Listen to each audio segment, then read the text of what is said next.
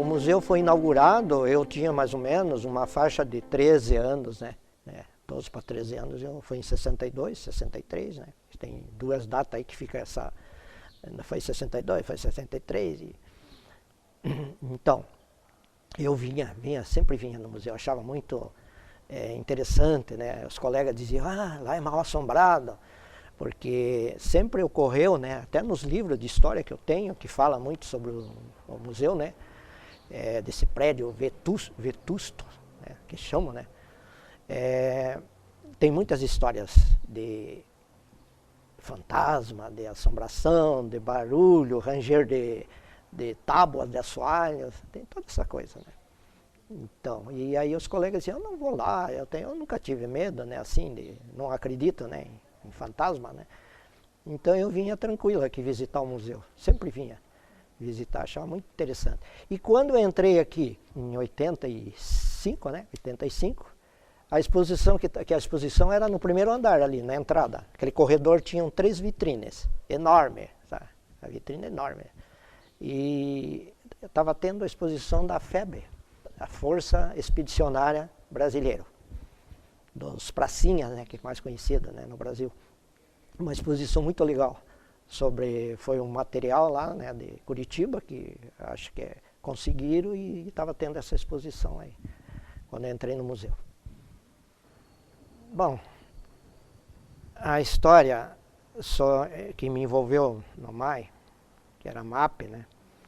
Eu trabalhava no cinema como subgerente de um cinema aqui, no centro.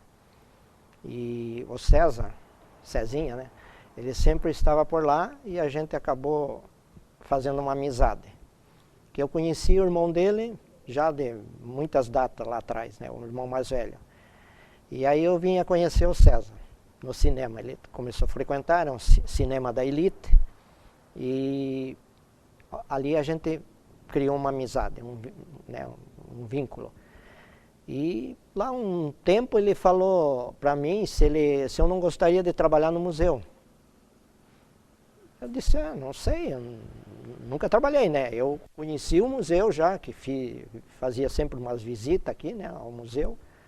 Mas nunca tinha trabalhado aqui. E César já estava trabalhando aqui.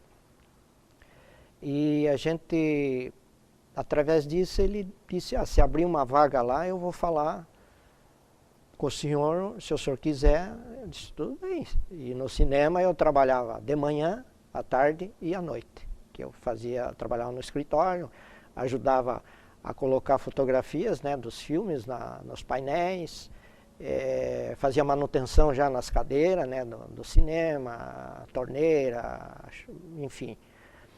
E aí, um dia ele chegou e disse, seu Luiz, está abrindo uma vaga lá, que o senhor, seu Felipe, ele dava já com uma idade avançada aqui e tinha que sair, tinha que se aposentar. E ele não queria também. Inclusive eu sempre tive família, né? Ele não tinha família, ele morava sozinho em São José dos Pinhais. E tinha uma casa lá, mas ele dormia aqui. Ali embaixo, onde sobe aqui, a primeiro degrau, tinha um quartinho ali, que tem até hoje, onde é o maquinário do elevador. Ele dormia ali, ficava ali. Tinha uma cozinha lá embaixo, onde é a oficina, fazia a comida dele e aí ele ficava. E ele ficou muito doente quando ele foi afastado do museu e acabou a falecer. E abriu essa vaga, só que ele tinha o direito assim de apresentar alguém da família. Aí ele apresentou um sobrinho. Aí o sobrinho veio. Nessa época tinha uma congada ali, a Congada da Lapa, uma exposição muito bacana, né? Que tinha uns vidros assim, que o visitante não tinha acesso à exposição direta. Ele tinha alto-falantes, né, para as pessoas ouvir a música e alguma coisa falado sobre a Congada da Lapa. E aí essa exposição, ela terminou e tinha que desmanchar acho que ficou muitos anos ali, né, tinha que desmanchar um assoalho que tinha em cima do assoalho original. E o rapaz deram um martelo para ele, pé de cabra, para ele desmontar ali, e ele não gostou, trabalhou meio dia só. E foi embora.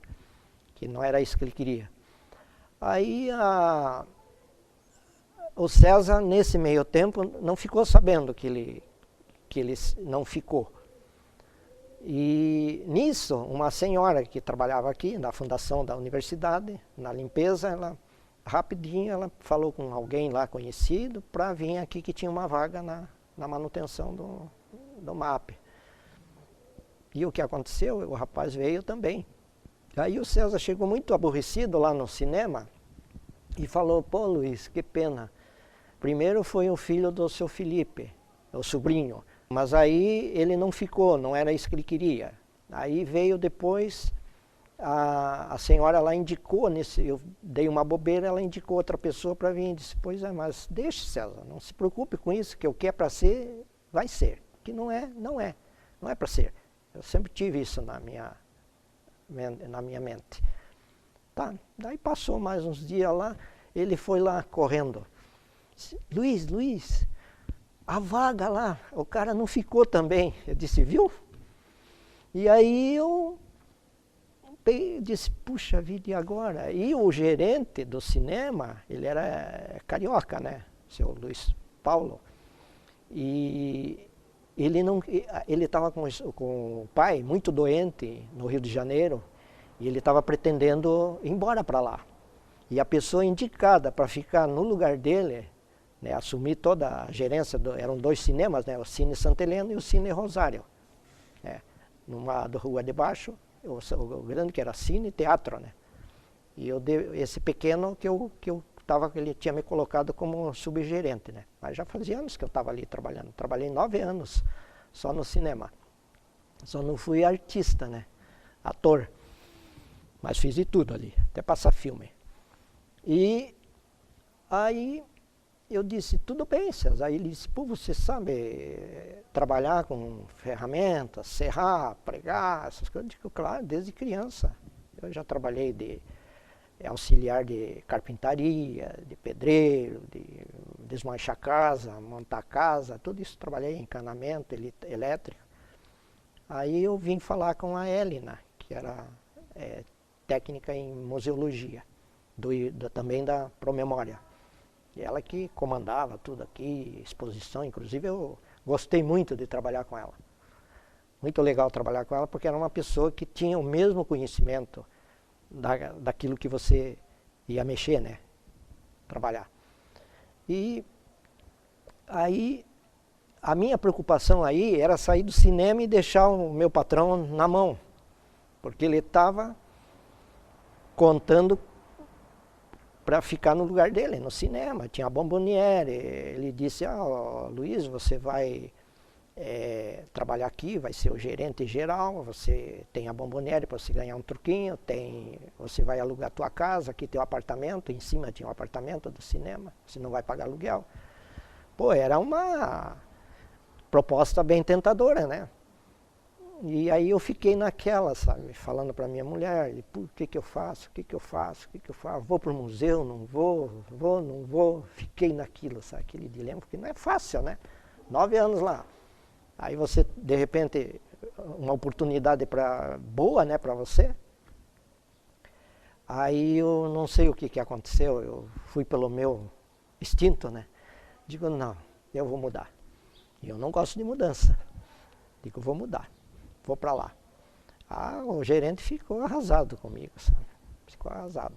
Aí vim aqui, já trouxe, eu trabalhei até 31 de outubro como funcionário do Cine Arco-Íris Limitada. Os diretores eram de Santa Catarina, Joinville. Aí cheguei aqui, trouxe a documentação, né, carteira, a carteira ele não tinha dado baixa ainda. Aí fiz toda aquela, preenchi lá umas perguntas que ela fez para mim, tudo, né, sobre manutenção, sobre isso, tudo bem. Aí aconteceu que eu pedi o desligamento mesmo definitivo do cinema para entrar aqui. Aí já comecei a trabalhar o jardim. Parecia uma selva. Era uma cerca viva, né? Tava enorme. Mato, folha, lixo que o pessoal jogava da rua, né, para dentro. E sem falar outras coisas dentro do museu, né? Estavam precisando de uma manutenção. Esse trabalho que tinham começado e não terminaram, que era desmontar a exposição da Congada. E aí comecei já a trabalhar. Comecei aqui em novembro de 1985. 1985. Aí o problema foi me registrar lá. Era a Fundação Nacional para a Memória. Era uma fundação, que nem a universidade tem uma fundação. O IPHAN tinha essa fundação, que foi extinta lá pelo... Qual foi o presidente que extinguiu? E aí cheguei aqui e já comecei, botei um jaleco aí que eles tinham, né, e comecei a trabalhar. Aí fui trabalhando. Você acredita que correram 3 meses e eu perdi esses 3 meses, porque era recibo, tem até hoje guardado os recibos, e até que a diretora chegou um dia, né, pegou o telefone, deu uma bronca lá era no Rio de Janeiro, né, o IPHAN, que era o responsável pela contratação de funcionários aqui no Paraná. Aí ela gritou com ele e disse, afinal, o senhor quer preencher essa vaga ou não quer? Se o senhor não quiser, então eu vou dispensar o rapaz. Imagine, eu já tinha pedido a conta lá, né, no cinema. E aí foi a partir dessa data, essa conversa mesmo, né, pesada que ela teve que eu não ouvi ela conversando com ele, foi a partir daí que eles me registraram e já estava, uma boa parte dos meus documentos já estavam lá. Os caras não estão nem aí. Você vê só. E aí que eu fui registrado no dia 17 de fevereiro de 1986. Quer dizer, correram 3 meses, né? E esses 3 meses, mesmo pegando o Lapacini, que eu conversava muito com ele aqui, quando ele vinha aqui, eu que acompanhava ele, não, né, porque já foi extinta, né, mas custava ele dar um documento para mim não receber esses 3 meses, não teve jeito. Então, e aí comecei, né, graças à amizade com o César, né, e foi aonde eu entrei trabalhar aqui, foi nesse período, né, nessa data aí, 17 de fevereiro de 1986. Mas já era para ser registrado no dia 1º de novembro de 1985, que os recibos constam, né, isso, todos os recibos. Era Virginia Anderson, né, Virginia Anderson. Ela era auxiliar educacionais. Ela não era professora, né, como a maioria deles depois era só professora ou doutora, né. Então ela ficou, a Virginia Anderson, ela ficou de 1984 a 1989.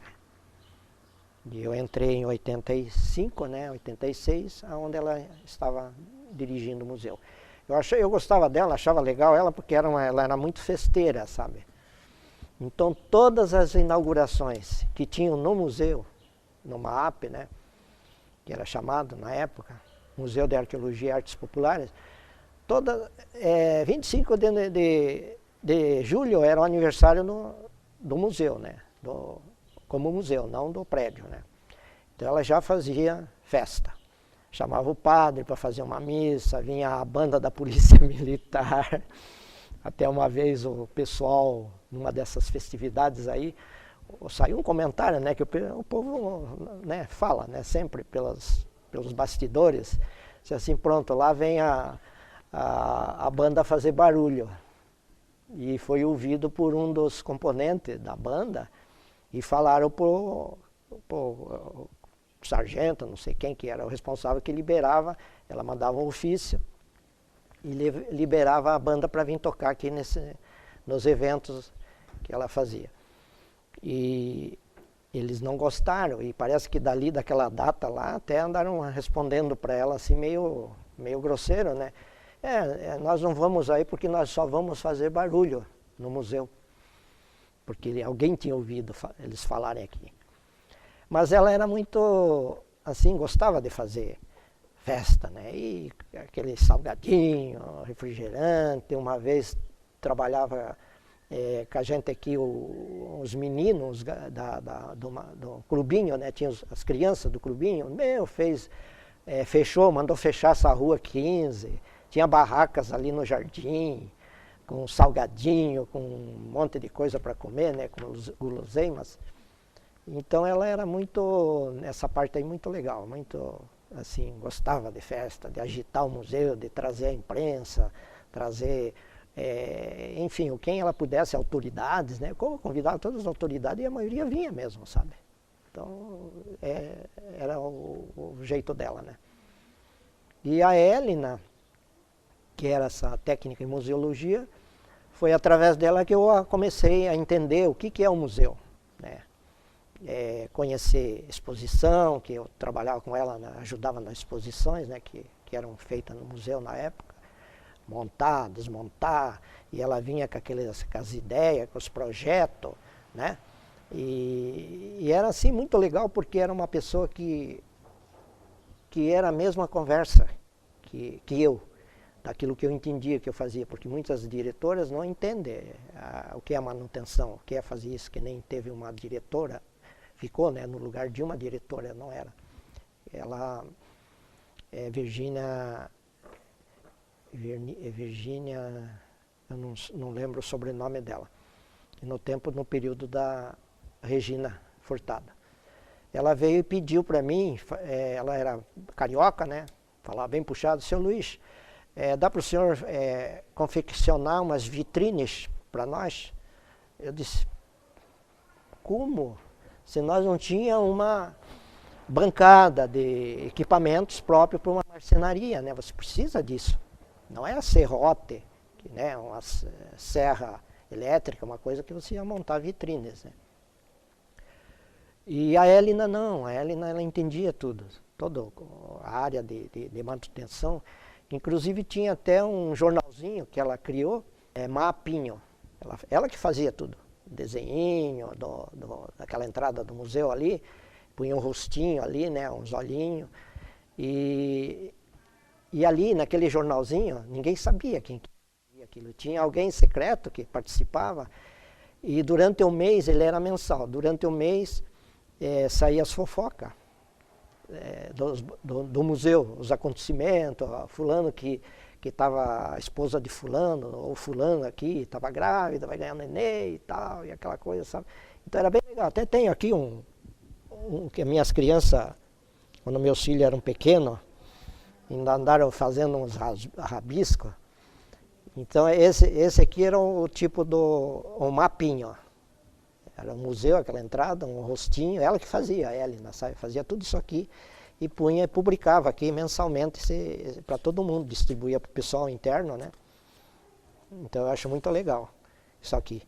Então foi uma fase muito boa, sabe, que a gente teve aqui no museu, foi esse período aí, logo que eu estava me adaptando, olha aqui, ó, né? Ela fazia esses desenhos e, ó, o pessoal recebendo aqui uma homenagem, eleitos na forroteca, que tinha uma funcionária aqui que não saía dos forró, naquele tempo não era balada, era forró. Aí fizeram isso aqui, aqui era seu Osdir, era um vigilante que andava só com dores, ó, puseram ele ali com bengala, isso aqui que era o primeiro lugar, porque ela que gostava de chegar no final de semana e ia pro forró. Então todas essas coisas, ó, a César aqui, ó, vendendo calcinha, né? Ó, César sempre aparecia com alguma coisa vendendo, né? Então saía tudo isso, sabe? Ó. Então ela que fazia, sabe? Ela fazia umas chaveiros de madeirinha, ela pegava na cacheta, né, a madeirinha, aí eu serrava, cortava, passava um verniz e ali ela punha com aquele negócio ia queimando, né? Ia fazer um número, né? Das chaves das portas do museu, todas elas, né? Eram tudo penduradas num armário que eu tinha feito, né? Confeccionado. Então foi um período assim muito bom, esse período da minha entrada no museu, trabalhando, conhecendo. E eu fui assim, diziam assim, né? Que eu era o polivalente, faz tudo. o braço direito da diretora, né? Sempre fui. Porque eu nunca, mesmo que eu não conhecesse o conserto de alguma coisa, eu nunca fui aquele tipo de pessoa que dizia, eu não entendo disso, não vou fazer. Não. Primeiro eu vou tentar ver se conserto isso. Até um grampeador que estragava lá, eles já me davam dá para o seu Luiz lá consertar, para arrumar. Era desde o grampeador até a calha, a furtada do telhado, né, trocar telha no telhado do museu, mudanças, desmontar a vitrine, quando começou aquelas vitrines, o cupim começou a tomar conta, eu que fui desmontando. Então, aí começou a minha vida dentro do museu, minha atividade, né? Trabalhando em diversas áreas. Até na portaria. Chegou um tempo lá que aprendi, já comecei a trabalhar na portaria, atender o visitante. E aí começou também essa nova fase dentro do museu, né? O visitante chega aqui com aquela curiosidade, né? Museu, né? O que era aqui? A primeira coisa, até hoje acho. O que era isso aqui? Que prédio é esse? Então ali fui aprendendo, foi um aprendizado, né, também na portaria, o contato com o visitante. Eu gostava de trazer conhecimento, não só do museu, como da cidade em si, né, que eu tenho vários livros, que através de eu entrar também no museu, conheci muitas pessoas ligadas à história, a maioria delas já falecidas, inclusive o presidente, na época que eu entrei, o doutor... era um doutor, ele era médico, né, urologista, mas aposentado. Ele entrou como presidente do Instituto Histórico. E ali a gente fez uma amizade e ele me deu vários livros de histórias, revistas antigas da Itiberê, do centro do Instituto Histórico, né, boletim do Instituto Histórico. Tem uma coleção, né, de mais ou menos 15 revistas, né, contando várias histórias de Paranaguá. Então foi uma coisa assim muito boa na minha vida, que aconteceu essa entrada no museu, que é onde, através disso também, fui adquirindo muitos livros de história de Paranaguá, que eu guardo aquilo lá com um carinho que só, sabe, muito importante. Comecei a conhecer mais a história de Paranaguá, né, através disso. Eu trabalhei, foi lá no prédio, quando o museu ganhou um espaço lá no antigo prédio do IBC, né, Instituto Brasileiro do Café, né, que já era extinto, e quem tomava conta lá era o Ministério da Agricultura, que até hoje são os donos, né. A Polícia Federal é que se colocou lá, se acha o dono, mas não são eles, é o Ministério da Agricultura. E aí o museu ganhou um andar, o último andar, eram três andares, 3 pavimentos. E para lá foi toda a secretaria do museu, foi para lá. Inclusive, criou-se lá uma sala de reserva, né? Uma reserva técnica. E todo esse processo de contratação de pessoal para fazer a mudança para lá, e organização, desmontar os armários de madeira, né? Que eram mais de madeira do que de aço. Organizar eles, para organizar dentro do caminhão, tudo era eu. Tudo eu. Para aproveitar, porque o caminhão era cedido pelo porto, né, era emprestado, então eu tinha que aproveitar o máximo possível, porque não era assim uma mudança que era até terminar, não. Era um dia assim, outro dia já não tinha o caminhão. Era 2 vezes na semana, e olha lá. Então tinha que aproveitar o espaço do caminhão, a maior parte de material. E se deixasse na mão dos rapazes, eles não tinham noção disso. E eu tenho noção de espaço. Sei, primeiro esse aqui, encaixa aqui, põe aqui, vai pondo aqui para aproveitar bem o espaço. Muita essa visão assim das coisas de espaço.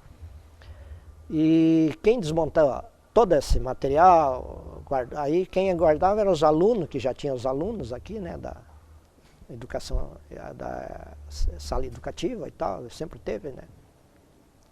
E as pessoas que eram técnicas, né, na área iam guardando dentro de caixa, embalando, todo aquele material com chifro, ósseo, lítico, todo esse material. Foi aquela mudança. Precisa ver. Foi inaugurado lá em 90, né?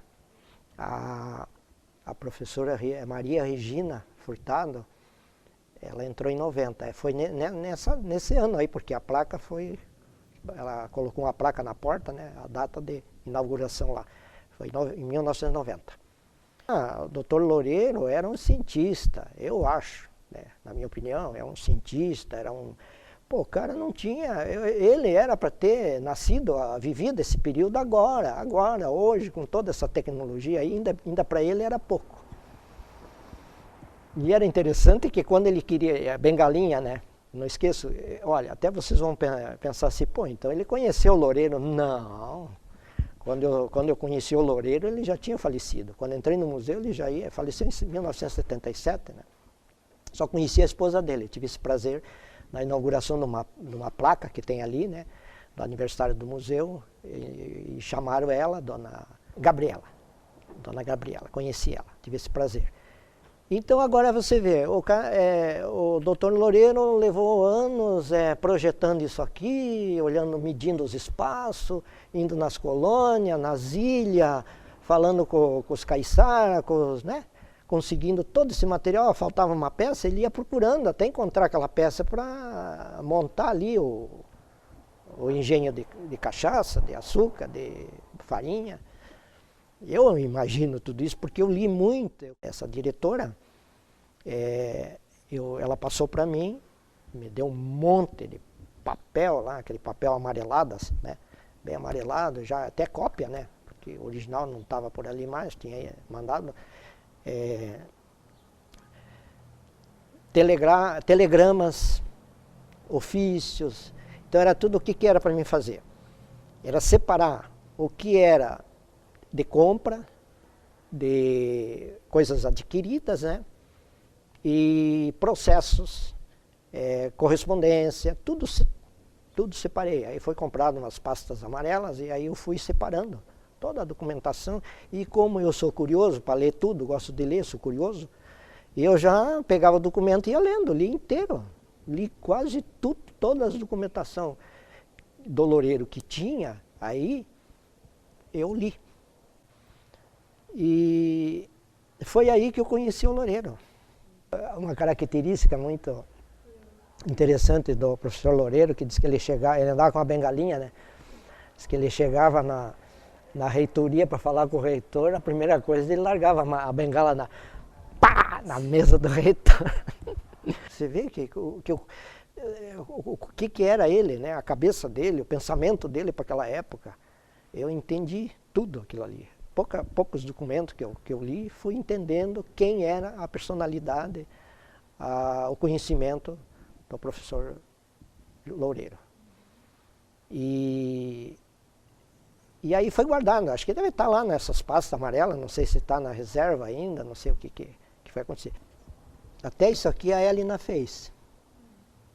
Era um folder da época. Tinha inglês e português, faltou espanhol, né? E então aqui, ó, você entrava no museu,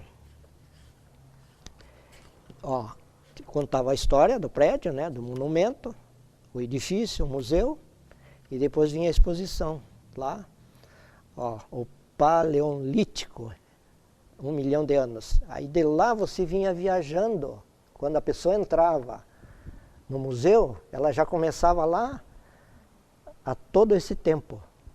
Começava lá. E aonde ela terminava a exposição? 100 anos. Que eram os engenhos de farinha, de cachaça, né? A Casa Cabocla. Então, até isso a gente percebia, né? Viajando num tempo, né? Você tinha me perguntado sobre o serviço que eu desenvolvi dentro do museu. Eu comecei na Fundação Nacional para a Memória, né? Como nos meses eu não tinha um cargo, uma função, só diziam que era serviços gerais. Aí depois de uns meses, aí começou a vir no contra-cheque, né? Até eu tenho aqui, como vigia. Vigia. Acho que não existia uma função específica, eles colocavam vigia. Depois, aí eles, mais tarde eles colocaram como artífice de manutenção. Aí quando eu passei para a universidade, foi mestre de ofício.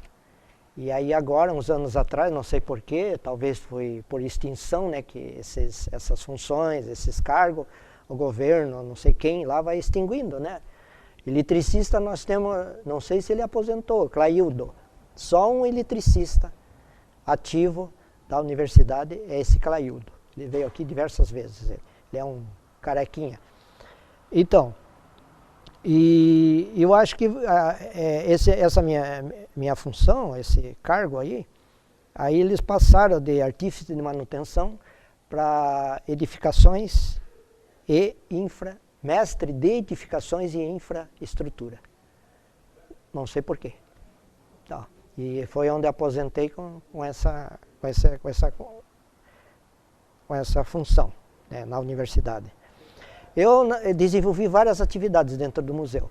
Inclusive, quando a professora Ana Bonin, ela esteve aqui como diretora, o museu, como tudo estava centrado lá, no prédio, que era a Polícia Federal, do IBC, aqui ficou sem nenhum funcionário da universidade. A não ser a porteira, que ela entrava meio-dia e saía 5h30, 6 horas. Né? E o resto era só os terceirizados que ficavam aqui, né? Limpeza, vigilante, portaria, enfim, né? E manutenção. Aí o que a diretora, numa reunião, ela teve uma ideia de pôr uma pessoa como supervisor aqui. E ela pegou e me convidou para ser supervisor. Eu queria ser o supervisor que era a pessoa mais, assim, melhor indicada para essa função aqui no museu. E aonde eu aceitei, aí veio uma função FG, né? Uma função gratificada, mas nada assim na carteira como supervisor geral, mas era por ela recebi o direito de ser o supervisor geral do museu, responsável pela vigilância, pela manutenção, pela portaria e pela limpeza. Inclusive fazia pedidos também de material para a universidade, tanto de limpeza como de escritório, né? E até material para manutenção. Só que depois as empresas que foram entrando, elas ficaram responsáveis pelo material de limpeza. Aí fiquei só com o almoxarifado, até agora, esses tempos ainda estava fazendo pedido, cuidando do almoxarifado ali, né? Como supervisor geral, a responsabilidade minha aumentou barbaridade. Você imagine o que é, como vocês estão vendo aí, o que é o museu, esse complexo, né? Essa dificuldade de tudo. E aí nessa fase, começou aquela fase ruim, que o museu começou a se deteriorar, né? Goteira em tudo quanto é parte, que aí veio uns engenheiros, né, da universidade, os arquitetos, e viram que estava crítico, uma viga lá em cima, que estava recebendo infiltração direta, e ela estava cedendo, pelo fato da infiltração, ela vai apodrecendo, madeira, o concreto também, né? E ele estava cedendo, e eles ficaram preocupados com aquela situação, que isso aí ia desmoronar a qualquer hora. Aí foi fechado o museu, ficou 2, 3 anos fechado, já na administração da Ana Luísa. A Ana Luísa Salas, né? E aí nós ficamos aqui dentro, né? Aí até eu perguntava assim comigo e falava com o pessoal, né? Que engraçado, né? O perigo aqui era para os visitantes, né? E nós, funcionários? Digo, nós temos uma cabeça dura, né? Pode desabar o museu que não vai acontecer nada conosco. Mas foi até que conseguiram, né, essa verba e ajuda de um lado, de outro. O IFAM também ajudou e conseguiu. A Ana Luísa foi a felizarda, porque as outras, a professora Cecília Vieira Helmen, também ficou aqui uns anos, né? E a professora Cecília, inclusive, é interessante trabalhar com ela, porque nesse período eu estava como supervisor, e ela ela queria tudo que acontecesse. Ela era muito minuciosa nas coisas, muito detalhista, né? Uma senhora já, né? E tudo que acontecia no museu, qualquer fato, coisa, ela chegava, tinha que passar aos últimos acontecimentos no museu. Né? As mudanças, o que está acontecendo, tudo tinha que ser memorando. Tem lá guardado até hoje as cópias, né? Dos memorando. Tudo era memorando, sabe? A professora Cecília. E aí a única que, todas elas correndo atrás da reforma. Você vê quantos anos levou isso, né? Precisando, né? E a gente já sabe que aí vinham aqui, foto, anotação, fotografia, aquela peça ali, tá vendo, tá caindo. E eu que acompanhava tudo isso, sempre fui eu. Os técnicos, engenheiros, todo esse pessoal de fora, dessas empresas que prestavam serviço de restauro, né?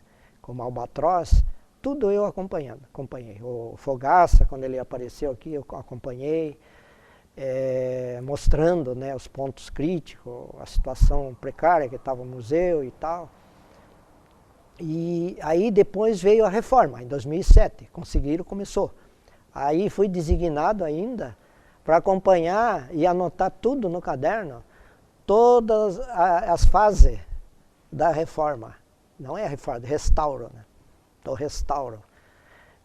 Aí foi a primeira fase que eu classifico assim, primeira, segunda e terceira, são 3 fases, né?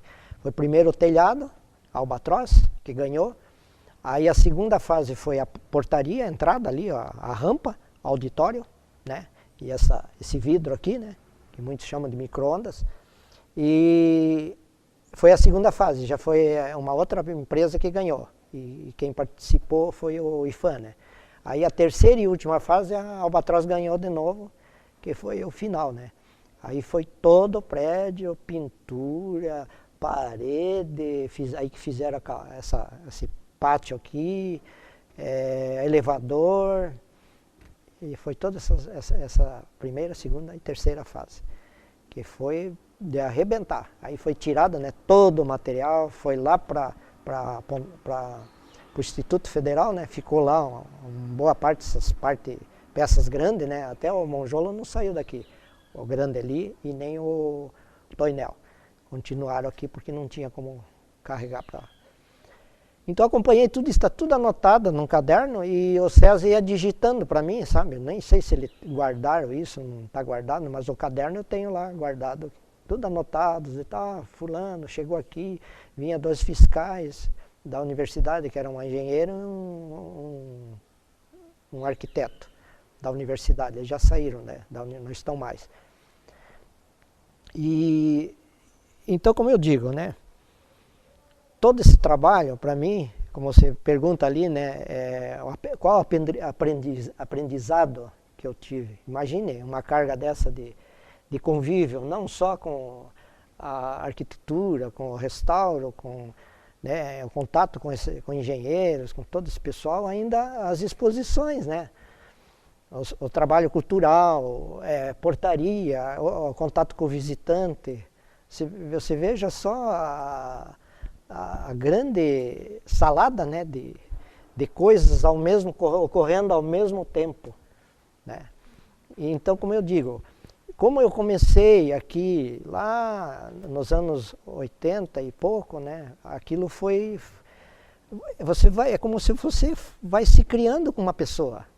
Se você pega uma criança, né, e vai se criando aquela criança, você não tem um apego, né, assim, um sentimento. Então eu comparo isso, tá? Como quando entrei no museu, desde as primeiras coisas que comecei a fazer, a entender exposições, participei de várias, né, meio assim, feito sem muito material comprado, tudo a gente conseguia material aí, né, local mesmo, e ficava legal. No final era muito bem visitado, né?